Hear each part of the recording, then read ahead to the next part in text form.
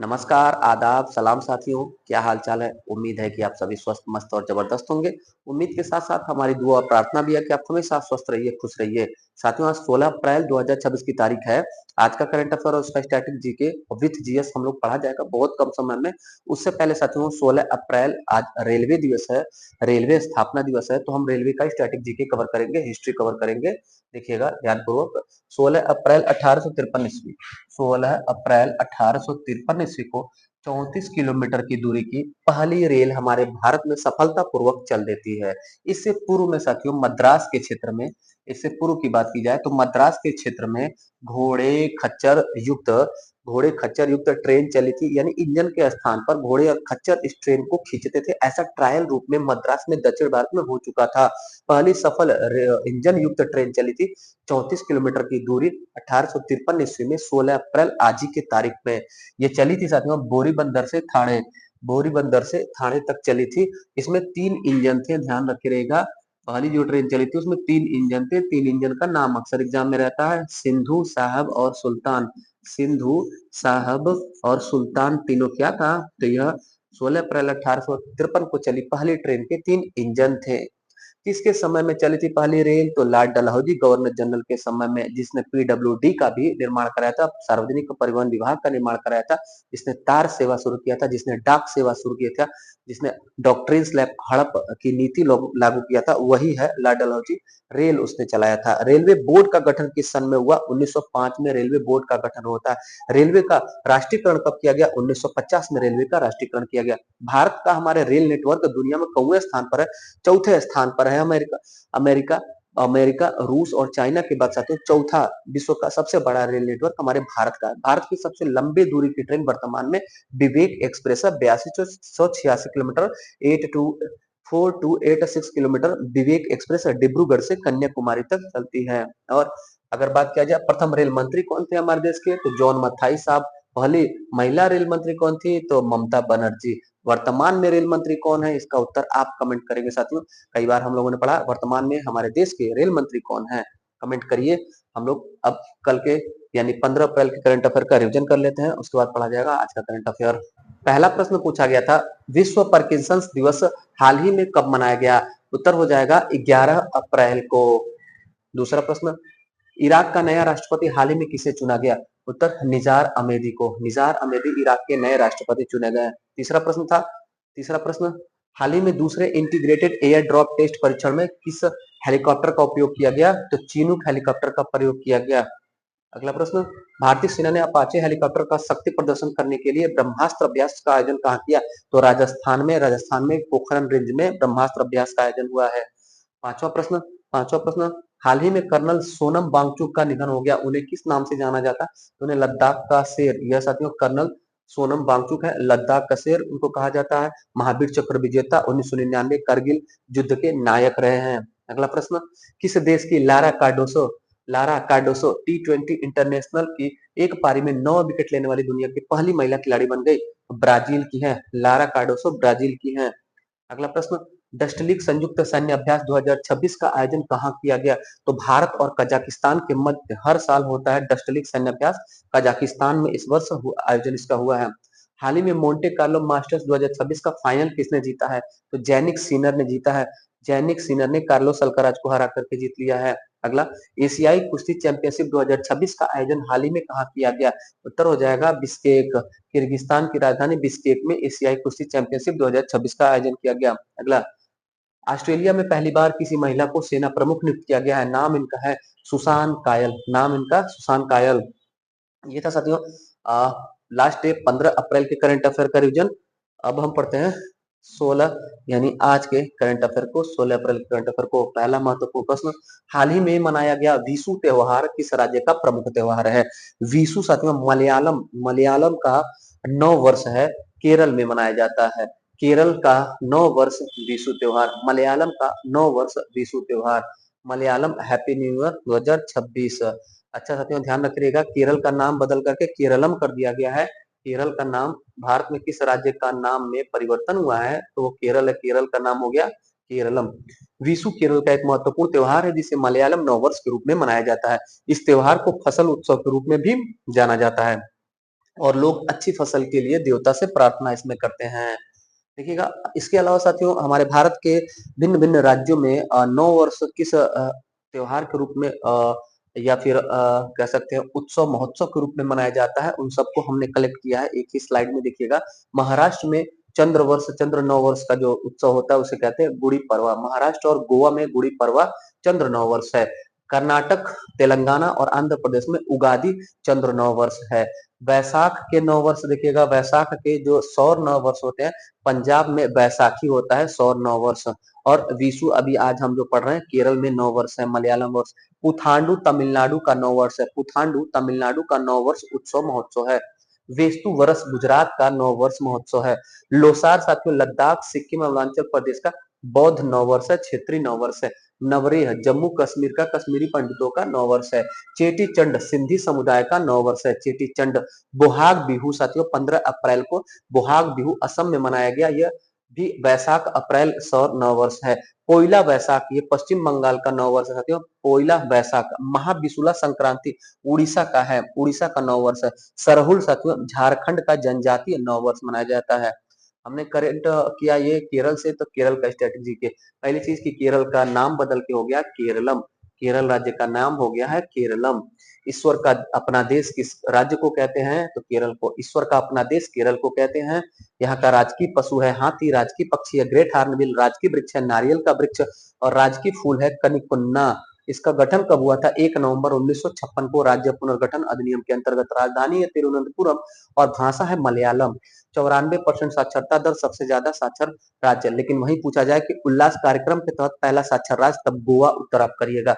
लिंगानुपात sex ratio सबसे ज्यादा 1084 केरल में ही। प्रशासनिक ढांचा बात करें मुख्यमंत्री पिनराई विजयन है और राज्यपाल राज्यपाल है राजेंद्र अरलेकर, राजेंद्र अरलेकर हैं। जिला कितना है यहाँ पर? 14 जिला है। विधानसभा का सीट 140 है, लोकसभा का सीट 20 है, राज्यसभा का सीट 9 है। मसालों का बागीचा किसे कहा जाता है? केरल को कहा जाता है। काली मिर्च, इलायची, रबर का खेती बड़े पैमाने पर केरल में होता है। रबर उत्पादन सबसे ज्यादा केरल में होता है, 90% के लगभग में।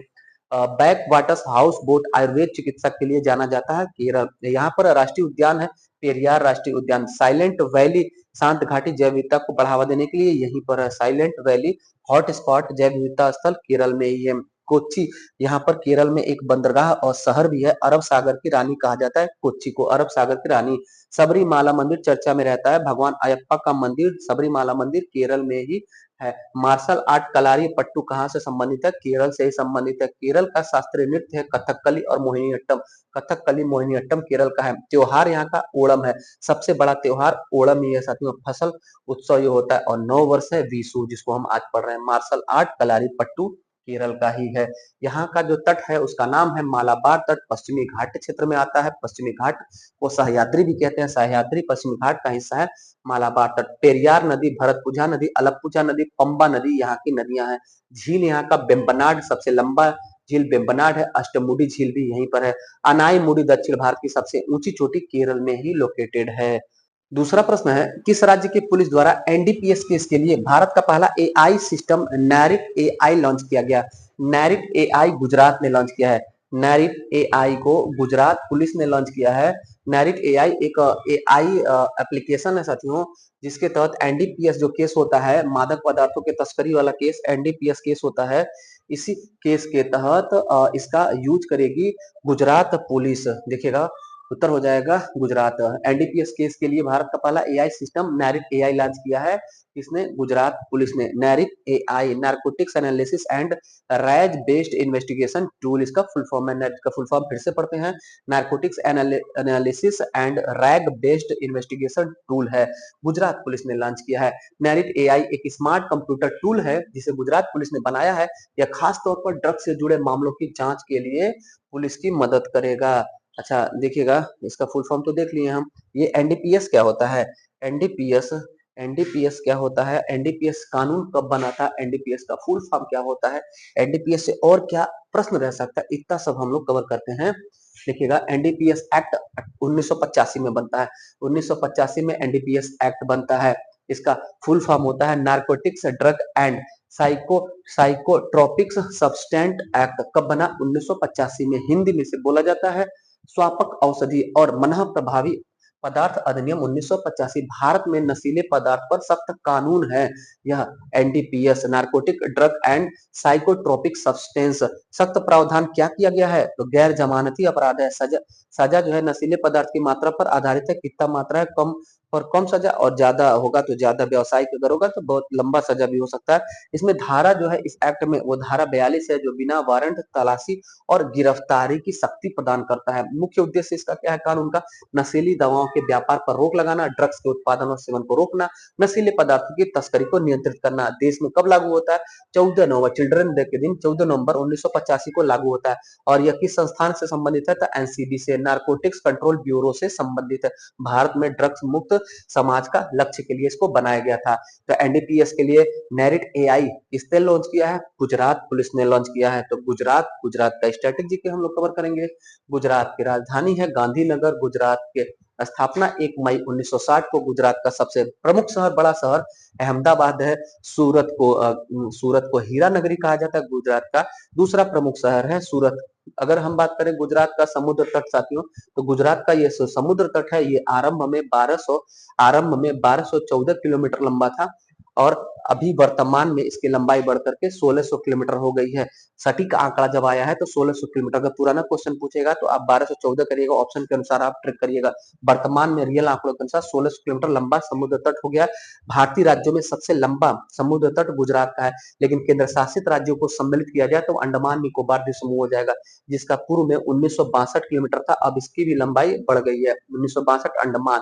अच्छा, गुजरात की संस्कृति इतिहास को देखा जाए तो लोथल और धौलावीरा हड़प्पा कालीन नगर गुजरात से संबंधित है, जिसमें से लोथल साथियों भोगवा नदी के तट पर था और यह एक बंदरगाह नगर है। माना जाता है कि यहाँ से मेसोपोटामिया सभ्यता इराक में व्यापार होता था। अमूल अमूल जो गुजरात के आणंद में अपना हेडक्वार्टर स्थापित किया रखा है, डेयरी उद्योग के लिए फेमस है। सोमनाथ मंदिर द्वारकाधीश मंदिर गुजरात में है। यहाँ का लोक नृत्य है गरबा। दीनदयाल बंदरगाह जिसका पूर्व में नाम था कांडाला बंदरगाह गुजरात में स्थित है। एकमात्र भारत का ज्वारी बंदरगाह। दुनिया का सबसे ऊंचा प्रतिमा Statue of Unity 182 metre Gujarat में ही स्थित है। गुजरात में भी कहां पर स्थित है साथियों? तो केवड़िया गांव में स्थित है, जिसका नाम अब हो गया है एकता नगर। इस प्रतिमा को बनाया था रामजी वंशुतार ने। 182 मीटर इसकी हाइट है। यहाँ का राजकीय पक्षी फ्लेमिंगो, पुष्प गेंदा और राजकीय पशु एशियाई शेर और राजकीय वृक्ष आम का वृक्ष हो जाएगा, फल आम हो जाएगा। अच्छा, सूरत जो है हीरा उद्योग के लिए प्रसिद्ध है। 90% हीरा सूरत में ही बनता है, मैन्युफैक्चरिंग होता है। वैसे साथियों हीरा जो होता है मध्य प्रदेश के पन्ना खान से निष्कासित होता है और तराशा जाता है उसको। सूरत में व्यापारी हैं सूरत में। गुजरात में गिफ्ट सिटी आपको ध्यान रखना होगा। Gift city Gujarat international finance tech city है। गिफ्ट सिटी ये गुजरात में स्थित है। इसके अलावा साथियों एक डायमंड बोर्स को भी याद करना है। दुनिया का सबसे बड़ा इस समय कार्यालय इमारत है जो इंटरनेशनल व्यापारियों का एक हब है। गुजरात में साथियों शराबबंदी है, संपूर्ण शराबबंदी है। बस यहीं पर गिफ्ट सिटी डायमंड बोर्स में ही सिर्फ शराब अलाउ है। पेट्रोकेमिकल्स कहां पर है? तो गुजरात के जामनगर में है। और कल के करंट अफेयर में हमने पढ़ा था गुजरात के जामनगर में वनतारा विश्वविद्यालय स्थापित होने जा रहा है, जो रिलायंस फाउंडेशन के द्वारा होगा। डेयरी उद्योग अमूल आनंद में, यह दीनदयाल बंदरगाह, कांडला ज्वारी बंदरगाह यहीं पर है। सरदार सरोवर बांध गुजरात में है। गुजरात की जीवन रेखा नदी है नर्मदा नदी पर सरदार सरोवर बांध है। उकाई उकाई जल विद्युत परियोजना उकाई बांध गुजरात में है, जो ताप्ती नदी पर है। अब अगला प्रश्न, तीसरा प्रश्न, हाल ही में किसने एनएन मैराथन रॉटरडम में 48 साल पुराना नेशनल मैराथन का रिकॉर्ड तोड़ा? 48 साल पुराना हमारा भारतीय रिकॉर्ड सावन बरवाल ने तोड़ दिया है। हिमाचल प्रदेश के युवा धावक, इन्होंने मैराथन रॉटरडम में मैराथन टूर्नामेंट में भाग लिया था। देखिएगा हिमाचल प्रदेश के धावक सावन बरवाल ने एक बड़ा इतिहास बना दिया। उन्होंने नीदरलैंड के रॉटरडम बंदरगाह, रॉटरडम साथियों कई बार ये शहर पूछा गया है। रॉटरडम कहाँ है? रॉटरडम बंदरगाह शहर है नीदरलैंड का। यहाँ पर हुआ एनएन मैराथन रॉटरडम। इसमें 42.195 किलोमीटर का मैराथन रेस होता है। इस रेस में इन्होंने 2 घंटा 11 मिनट 58 सेकंड में रेस को पूरा कर लिया, मैराथन को पूरा कर लिया। ये उनकी तस्वीर है। इस टूर्नामेंट में साथियों जो रॉटरडम नीदरलैंड में हुआ है, इसमें इनका 20वां स्थान था, लेकिन इन्होंने अपने अपने भारत के ही 48 साल पुराने रिकॉर्ड को तोड़ दिया। ये 20वां इनका था। तो फर्स्ट किसका था मैराथन में? तो फर्स्ट था साथियों इथियोपिया के खिलाड़ी हैं ये बुए अडोला। गुए अडोला किस देश के? इथियोपिया, अफ्रीका महाद्वीप का इथियोपिया जिसकी राजधानी अदिस अबाबा है, ये फर्स्ट पर है और ये 20वें रैंक पर थे। 20वां रैंक पर थे, लेकिन इन्होंने जो है एक रिकॉर्ड बनाया, देखिएगा 2 घंटा 12 मिनट में विश्वनाथ सिंह ने 1978 में मैराथन में इतना किलोमीटर दौड़ लगाया, जो मैराथन का दौड़ होता है साथियों। कितना किलोमीटर होता है मैराथन का दौड़? मैराथन का दौड़ 42.195 किलोमीटर होता है, ध्यान रखिएगा। एक मैराथन में कितना किलोमीटर दौड़ा जाता है? तो 42.195 किलोमीटर।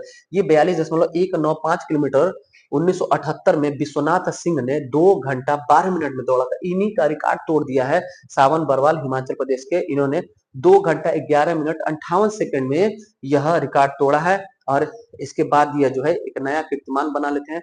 यह हमारे नया राष्ट्रीय मैराथन रिकॉर्ड है। इस टूर्नामेंट में साथियों यह 20वें स्थान पर रहे हैं। ये भी ध्यान रखिएगा, कहां पर हुआ है? नीदरलैंड में। चौथा प्रश्न, एशियाई मुक्केबाजी चैंपियनशिप 2026 में शीर्ष स्थान पर कौन सा देश रहा? एशियाई मुक्केबाजी चैंपियनशिप का आयोजन होता है, इसमें कजाकिस्तान, साथियों कजाकिस्तान जो है पहले स्थान पर और दूसरे स्थान पर हमारा भारत है। कहाँ आयोजन हुआ? तो मंगोलिया देश की राजधानी उलान बटोर में आयोजन होता है एशियाई मुक्केबाजी चैंपियनशिप। कजाकिस्तान पहले पर, हमारा भारत दूसरे स्थान पर। ये हमारे भारतीय खिलाड़ी हैं जो गए थे लोग। और कौन जीता इसमें, क्या पदक आया है? देखिएगा 5 स्वर्ण पदक और कुल 16 पदक आया। भारत हमारा दूसरे स्थान पर है। तो 5 गोल्ड वाला नाम महत्वपूर्ण हो जाता है। गोल्ड वाले नाम में पहला नाम है विश्वनाथ सुरेश। विश्वनाथ सुरेश 50 किलोग्राम में पुरुष में मुक्केबाजी में इन्होंने गोल्ड मेडल जीता। उसके बाद प्रिया घाघास ने 60 किलोग्राम में गोल्ड जीता। इसके बाद साथियों मीनाक्षी हुड्डा, इन्होंने 48 किलोग्राम में स्वर्ण पदक जीता। प्रीति पवार, इन्होंने 54 किलोग्राम में गोल्ड जीता। और अरुंधति चौधरी, इन्होंने भी गोल्ड जीता 70 किलोग्राम में। तो एक बार फिर से नाम पढ़ते हैं, विश्वनाथन सुरेश, प्रिया घाघास, मीनाक्षी, प्रीति और अरुंधति, ये 5 गोल्ड मेडल आया है हमारे भारत का। एशियाई मुक्केबाजी चैंपियनशिप मंगोलिया में भारत का हमारे रैंक दूसरा रैंक था। ये खिलाड़ी हैं। पांचवा प्रश्न, विश्व चगास रोग दिवस हाल ही में कब मनाया गया? चगास रोग दिवस साथियों 14 अप्रैल को मनाया जाता है। चगास एक कीट से होने वाला रोग है। वर्ल्ड चगास डिजीज 14 अप्रैल को मनाया गया। देखिएगा हर साल 14 अप्रैल को विश्व चगास रोग दिवस मनाया जाता है। इसका उद्देश्य लोगों को इस खतरनाक बीमारी के बारे में जागरूक करना है। यह थीम क्या था 2026 का? 2026 का थीम था महिलाएं केंद्र में, अगली पीढ़ी को चगास रोग से बचाना। चगास रोग होता क्या है? पहली बार शायद सुन रहे हैं, देख लीजिएगा। चगास रोग साथियों प्रोटोजोआ परजीवी से होने वाला रोग है। कौन सी परजीवी से? तो ट्रिपैनोसोमा क्रूजी, ट्रिपैनोसोमा क्रूजी नामक परजीवी या प्रोटोजोआ से होता है चगास रोग। इसमें एक कीट होता है, नाम है इसका किसिंग बग। किसिंग बग एक कीट होता है, इसी के काटने से होता है। यह बग जो है काटता है या मल त्याग करता है। जब मल त्याग करेगा तो इसमें होने पाया जाने वाला जो परजीवी होता है वो घाव कर देता है और आंखों के माध्यम से प्रवेश भी कर जाता है और आंतों को प्रभावित कर देता है। इसका सिम्टम क्या है, लक्षण क्या है? बुखार, दर्द, थकान, सिर दर्द इसका सिम्टम है।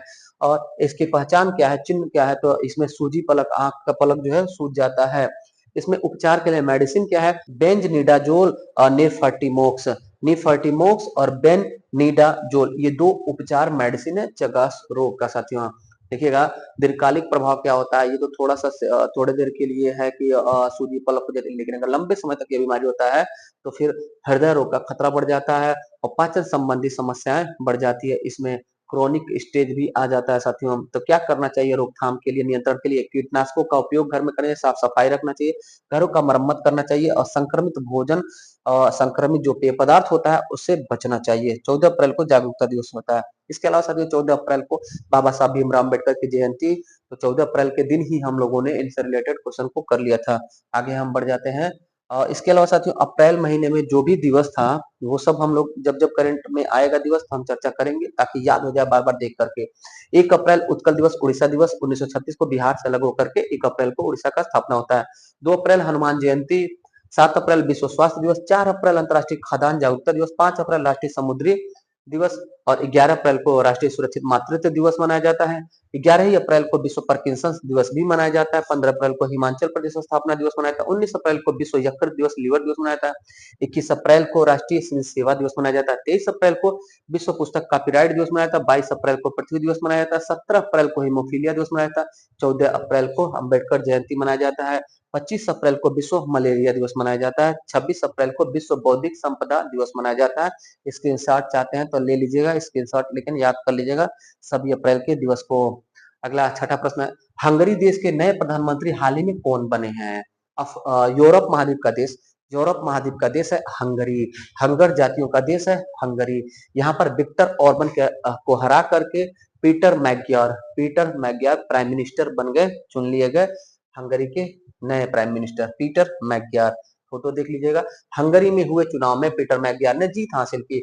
विक्टर ओर्बन की पार्टी 16 साल बाद सत्ता से बाहर हो गई। सत्ता से बाहर हो गए विक्टर ऑर्बन और नए प्रधानमंत्री बन गए पीटर मैग्यार। हंगरी का स्टैटिक जीके देख लेते हैं। हंगरी की राजधानी है बुडापेस्ट। डेन्यूब का मोती किसे कहा जाता है? बुडापेस्ट को कहा जाता है। हंगरी की जो राजधानी है यूरोप महाद्वीप में पड़ता है। यहाँ की मुद्रा है फोरेंट। यहाँ की भाषा है हंगेरियन। मग्यार भी इसको कहते हैं। यहाँ की संसद पार्लियामेंट का नाम है नेशनल असेंबली। यू का सदस्य कब बना था? यूरोपियन यूनियन का सदस्य कब बना? 2004 में बना था। यहाँ की प्रमुख नदी डेन्यूब जो बुडापेस्ट को दो हिस्सों में बांटती है। बुडापेस्ट शहर के बीचों बीच से होकर गुजरती है। यहाँ का सबसे बड़ा झील है लेक बाल्टोन। और यह साथियों लैंडलॉक्ड कंट्री है, चारों तरफ से देश से भूमि से जुड़ा हुआ है, समुद्र का तट नहीं इसका। कौन सा देश टच करता है? ऑस्ट्रिया है, स्लोवाकिया, यूक्रेन है, रोमानिया, सर्बिया, क्रोएशिया और स्लोवानिया है इसकी सीमा पर। शासन प्रणाली की बात किया जाए तो संसदीय गणतंत्र देश है, यानी पार्लियामेंट्री डेमोक्रेटिकल शासन है। यहाँ पर राष्ट्रपति है, यहाँ पर तामस सुल्यूक, और प्रधानमंत्री आज चेंज हो गए। तामस सुल्यूक यहाँ के प्रेसिडेंट है, राष्ट्रपति है। अर्थव्यवस्था पर्यटन क्या है? ऑटोमोबाइल, फार्मास्यूटिकल और आईटी क्षेत्र का है। पर्यटन क्षेत्र है बुडापेस्ट, हंगेरियन संसद भवन और बूडा कैसल। यहाँ पर साथियों 1000 गर्म पानी का झरना है जिसे थर्मल बाथ कहते हैं। थर्मल बाथ कहाँ पाया जाता है? हंगरी में पाया जाता है। 1000 गर्म पानी का झरना है। बाकी ये सब हम लोग कवर ही कर लिए। ऑस्ट्रिया हंगरी साम्राज्य प्रथम विश्व युद्ध के दौरान काफी चर्चा में रहा था। सबसे ज्यादा नोबेल पुरस्कार चिकित्सा और विज्ञान के क्षेत्र के हंगरी से ही है। आविष्कार यहाँ पर सबसे ज्यादा आविष्कार जो हुआ था पहली बार रूबिक क्यूब का और बाल पॉइंट पेन का और विटामिन सी के आविष्कारक हंगरी देश से ही थे। बिहार के नए मुख्यमंत्री के रूप में किसने शपथ ली है? बिहार के नए सीएम बन गए सम्राट चौधरी। ये तस्वीर है, सम्राट चौधरी बिहार के नए सीएम बन गए, जो पूर्व में उप मुख्यमंत्री थे और बिहार के वित्त मंत्री भी थे। इन्होंने बिहार के मुख्यमंत्री का पद ग्रहण कर लिया है। देखिएगा, ये अब हमसे नहीं हो पाएगा। नीतीश कुमार जी सम्राट चौधरी को पुष्प गुच्छा दे रहे हैं और कार्यभार भी दे रहे हैं कि आप संभालिए मुख्यमंत्री का पद। देखिएगा, नीतीश कुमार ने 14 अप्रैल 2026 को बिहार के मुख्यमंत्री पद से इस्तीफा दे दिया। उनके स्थान पर सम्राट चौधरी को मुख्यमंत्री बनाया गया है। बिहार बिहार से क्वेश्चन है तो बिहार का स्टैटिक जीके लिखिएगा। सम्राट चौधरी बिहार के मुख्यमंत्री। और बिहार का गवर्नर कौन बना है? तो अभी हाल ही में सैयद अता हसनैन बिहार के गवर्नर बने हैं, बिहार के राज्यपाल बने हैं, हाल ही में बने हैं साथियों। 22 मार्च 1912 को बिहार स्थापना होता है। बिहार 22 मार्च 1912 को बंगाल से अलग होकर के। प्राचीन नाम इसका, अगर प्राचीन क्षेत्र देखें, पाटलिपुत्र। पटना उच्च न्यायालय यहीं पर स्थित है। 1916 में पटना उच्च न्यायालय का गठन होता है। ऑफिशियल लैंग्वेज यहाँ का हिंदी और उर्दू है। राजकीय पशु की बात करें तो बैल है राजकीय पशु। राजकीय पक्षी गौरैया है। राजकीय वृक्ष पीपल है। और राजकीय पुष्प मैरीगोल्ड है, यानी गेंदा का फूल है साथियों। मगध साम्राज्य प्राचीन साम्राज्य बिहार का ही। बोध गया, जहां महात्मा बुद्ध को ज्ञान की प्राप्ति हुई थी, वैशाली यहीं पर है। और पटना साहिब गुरु गोविंद सिंह की जन्मस्थली पटना साहिब यहीं पर बिहार में है। बिहार में साथियों जीरादेई एक जगह है, सिवान जिला में पड़ता है। वहां से राजेंद्र प्रसाद थे। राजेंद्र प्रसाद प्रथम राष्ट्रपति, संविधान सभा के अध्यक्ष। उनका जन्म जीरादेई में हुआ था। जीरादेई।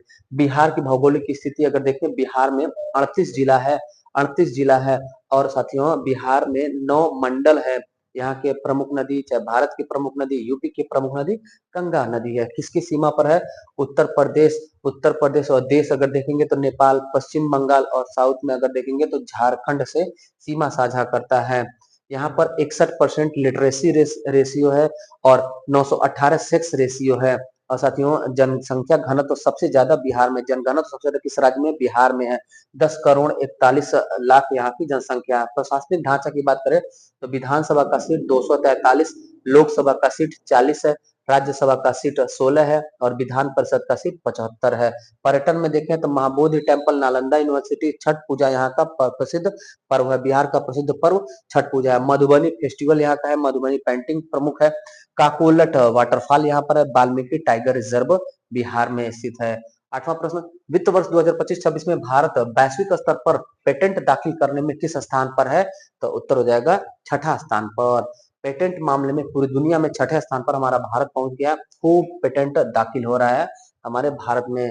पेटेंट दाखिला में शीर्ष पर है चीन, सेकेंड पर है अमेरिका, थर्ड पर है जापान और हमारा भारत जो है वो छठे स्थान पर है। अब भारत में भी शीर्ष राज्य कौन है? तमिलनाडु, सेकेंड पर कर्नाटक और थर्ड पर है महाराष्ट्र। उत्तर प्रदेश अब यहाँ दूर है बहुत। क्या होता है पेटेंट? देखिएगा साथियों, पेटेंट बौद्धिक संपदा अधिकार होता है। पेटेंट बौद्धिक संपदा अधिकार होता है किसी नए आविष्कार के लिए आविष्कारक को सरकार के द्वारा विशिष्ट कानूनी अधिकार राइट दे दिया जाता है कि ये आपकी संपत्ति है, ये आपके दिमाग की उपज है, ये आपके मेहनत का परिणाम है, ये आपका आविष्कार है। इसमें नवीनता, गैर स्पष्टता और औद्योगिक उपयोग इसकी मुख्य शर्तें हैं। इसमें होता क्या है, कितने प्रकार का होता है? तो कॉपीराइट प्रकार और ट्रेडमार्क प्रकार और जीआई टैग, ये 3 प्रकार का पेटेंट होता है। किसी प्रोडक्ट का कॉपीराइट लेना चाहते हैं, किसी प्रोडक्ट पर अपना ट्रेडमार्क देना चाहते हैं, किसी प्रोडक्ट का जीआई टैग देना चाहते हैं, सब पेटेंट के अंतर्गत आता है। पेटेंट कराने की अवधि जो होती है 20 वर्ष, एक बार में 20 वर्ष, उसके बाद रिन्यूअल आप करा सकते हैं। भारत में हमारे पेटेंट कानून कब बना था? 1970 में भारतीय पेटेंट अधिनियम बना था। 2005 में इसमें संशोधन हुआ। नोडल एजेंसी इसकी वाणिज्य और उद्योग मंत्री है। अगर पूछा जाए वाणिज्य और उद्योग मंत्रालय, पूछा जाए ट्रिप्स समझौता किससे संबंधित है? ट्रिप्स समझौता पेटेंट से संबंधित है, जो वर्ल्ड ट्रेड ऑर्गेनाइजेशन से होता है। भारत के काबिल को किस देश की सरकार से 5 लिथियम ब्लॉक के लिए पर्यावरण मंजूरी मिली? काबिल साथियों अर्जेंटीना जाएगी। लिथियम ब्लॉक का टेंडर मिल गया है। हमारे भारत की कंपनी है खनिज विदेश इंडिया लिमिटेड।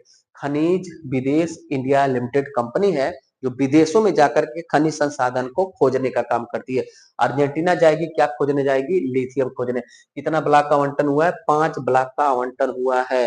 5 ब्लॉक का आवंटन। भारत की कंपनी खनिज विदेश इंडिया लिमिटेड कंपनी, यानी शॉर्ट फॉर्म में इसको काबिल कहते हैं, जो विदेशों में खनिज ढूंढने का कार्य करती है। अर्जेंटीना सरकार ने इसे लिथियम खोजने की मंजूरी दी है। अर्जेंटीना सरकार ने, देखिएगा, खनिज विदेश इंडिया लिमिटेड काबिल अर्जेंटीना लिथियम समझौता हुआ है।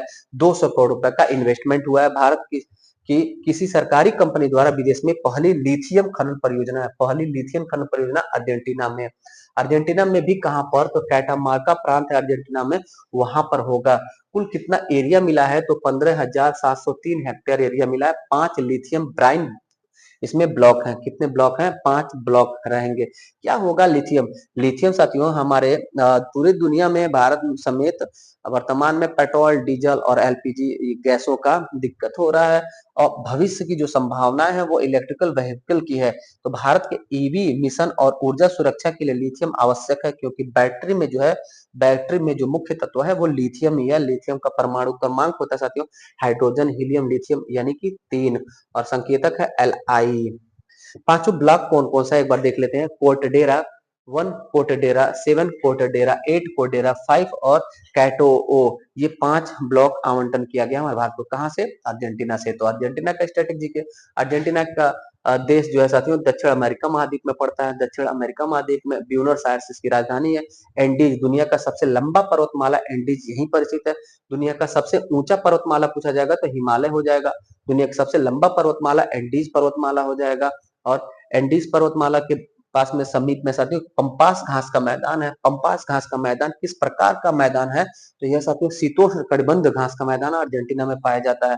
शीतोष्ण घास का मैदान है। लिथियम रिजर्व यहाँ पर अर्जेंटीना में ज्यादा है और कृषि और मांस का निर्यात किया जाता है। मांस का सबसे ज्यादा निर्यात दुनिया में कौन करता है? अर्जेंटीना करता है। इगुआजू जलप्रपात कहाँ है? वाटरफॉल इगुआजू कहाँ पर है? तो अर्जेंटीना में है। अच्छा, ये तस्वीर देखिए साथियों, लियोनेल मेसी फुटबॉलर, विश्व प्रसिद्ध फुटबॉलर मेसी का संबंध किस देश से है? तो अर्जेंटीना देश से है। 10वां और अंतिम प्रश्न, नारी शक्ति युवा सांसद का आयोजन हाल ही में किसके द्वारा किया गया?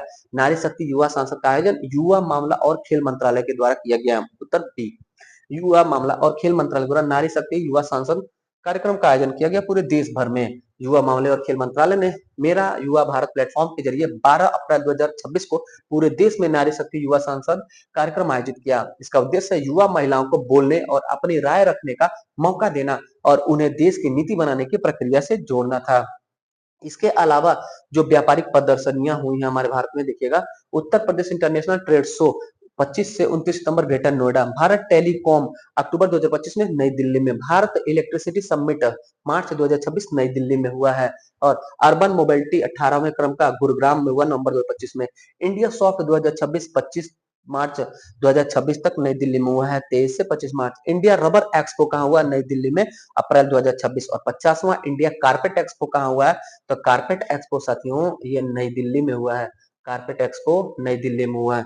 अच्छा, ये क्वेश्चन हमारा है, हमारा क्वेश्चन ये है साथियों, महिलाओं से संबंधित नारी शक्ति युवा सांसद। तो एक स्ट्रेटेजी की आप और ऐड कर लीजिएगा। देखिएगा, अभी हमारे देश में 106वां संविधान संशोधन हुआ, 106 तक संविधान संशोधन हुआ। इसका संबंध किससे है? महिलाओं को 1/3 आरक्षण देना। महिलाओं को 1/3 आरक्षण कहाँ पर?